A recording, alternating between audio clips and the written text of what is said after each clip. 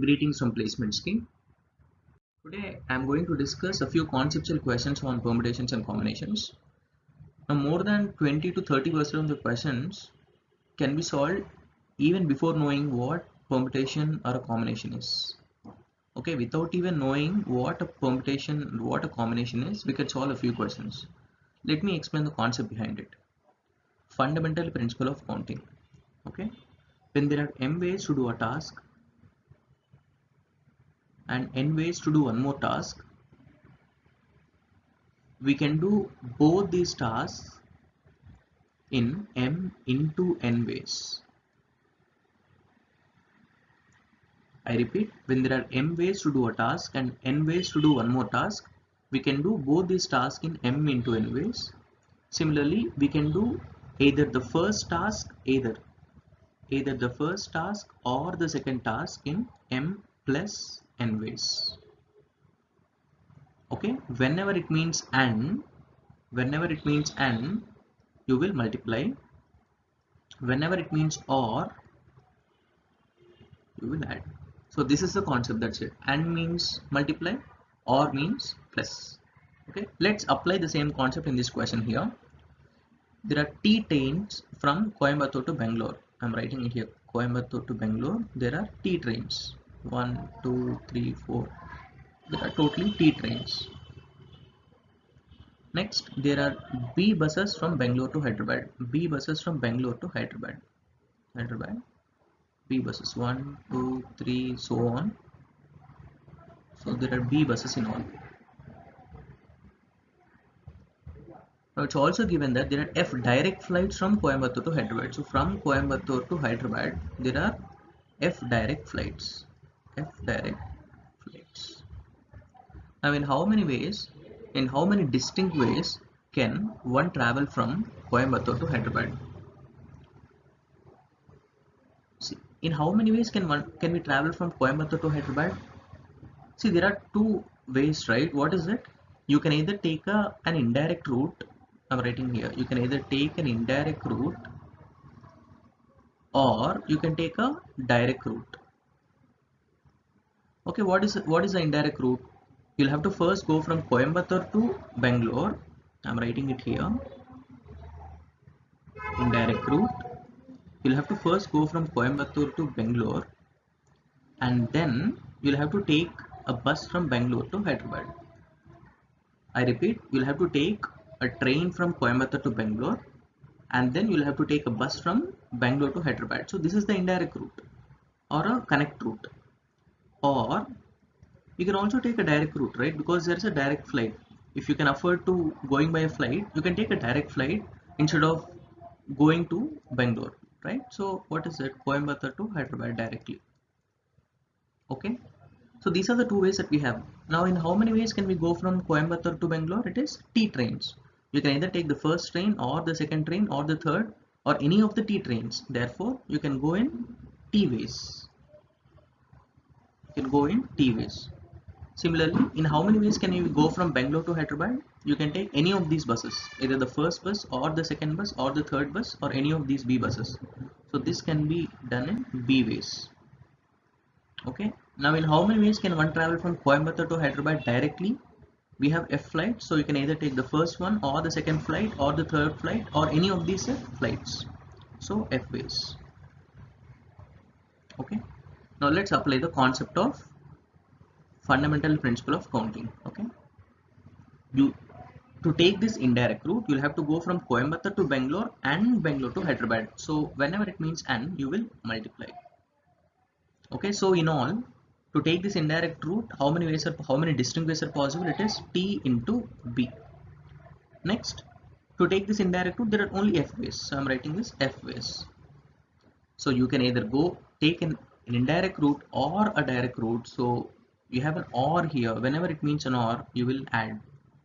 Therefore, in all we have T into B plus F ways. T into B plus F. So what is it? It is this option B. So this is the fundamental principle of counting. Let me explain one more such question. I just give a gist of what we discussed there. Whenever it means and, we will multiply. Whenever it means or, we will add. That's it. So this is all that we wanted to know. Now there is an Inorbit Mall, which is one of the largest shopping malls in Hyderabad. It has 5 distinct glass doors and 3 distinct metal doors for entry. So I'm writing it here. For entry, it has 5 glass doors and 3 metal doors. Now for exit, it has 2 distinct glass doors, and 4 distinct wooden doors. So 4 wooden doors. Okay.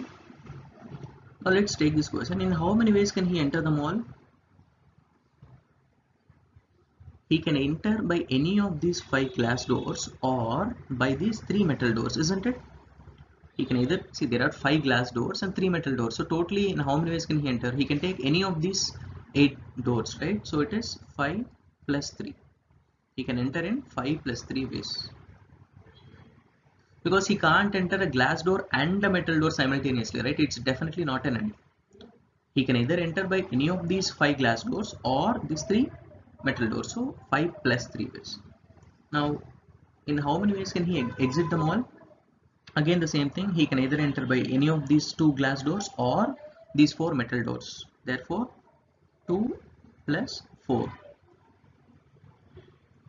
So he can enter the mall in 5 plus 3 ways. He can leave the mall in 2 plus 4 ways.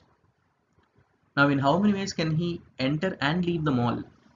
Right? Enter and leave the mall. Therefore, in how many ways can he do that? It is 8 ways. That is in number of ways in which he can enter, and number of ways in which he can exit, 6 ways. So what is the answer? It is 8. Whenever it means and, we will multiply. So it is 8 into 6 ways, that is 48 ways. It is definitely not an or here, right? Because he should enter and also leave. Therefore it is and, therefore it is 48 ways. Or it is 5 plus 3 into 2 plus 4 ways. 5 plus 3 into 2 plus 4 ways, which is option D. Let me explain one more question on this fundamental principle of counting to make this particular concept very strong. There are T trousers, totally T trousers are there, and then H hats and S shirts of your size. Okay. Now A represents a number of ways in which you can choose a trouser or a shirt or a hat. In how many ways can you choose a trouser? It is, there are T trousers. You can either choose the first trouser or the second trouser or the third. So there are totally T trousers. You can choose any of these T trousers, right? So you can choose a trouser in T ways. Now in how many ways can you choose a shirt? Totally how many shirts are there? S shirts are there. So you can choose any of these shirts. So a shirt can be chosen in S ways. Similarly, there are H hats of your size. You'll have to choose one hat. So you can choose any of these H hats. Therefore, a hat can be chosen in H ways. Now, clearly it's told that you can choose, in how many ways can you choose a trouser or a shirt or a hat. Whenever it means or, what do? We will add. Okay, so T ways plus H ways plus S ways. T plus S plus H. So this is there, or this is also there, right? Okay.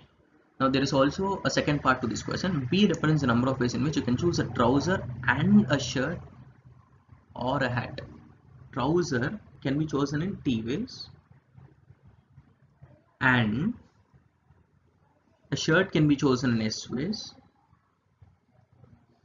or a hat can be chosen in, or a hat can be chosen in H ways.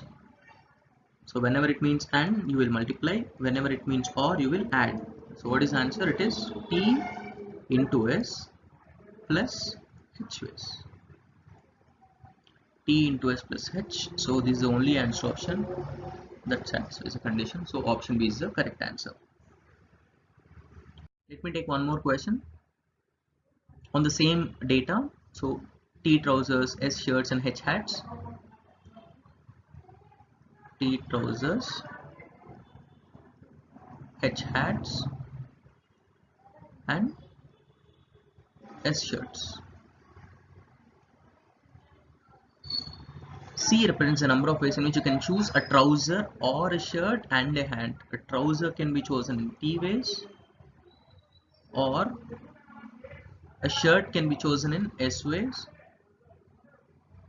and a hat can be chosen in H ways. So whenever it means or, you will add. Whenever it means and, you will multiply. Therefore, this can be done in T plus S into H ways. So we can choose a trouser or a shirt and a hat in T plus H S plus S into H ways. Okay. Now let's take the last part of this particular set. In how many ways can you choose a trouser and a shirt and a hat? Clearly and, so what is it directly? T into S into H. So it is T into S into H ways, because it's and here. So what is the answer option here? T plus S into H, T plus S into H, T into S into H. So it is answer option A.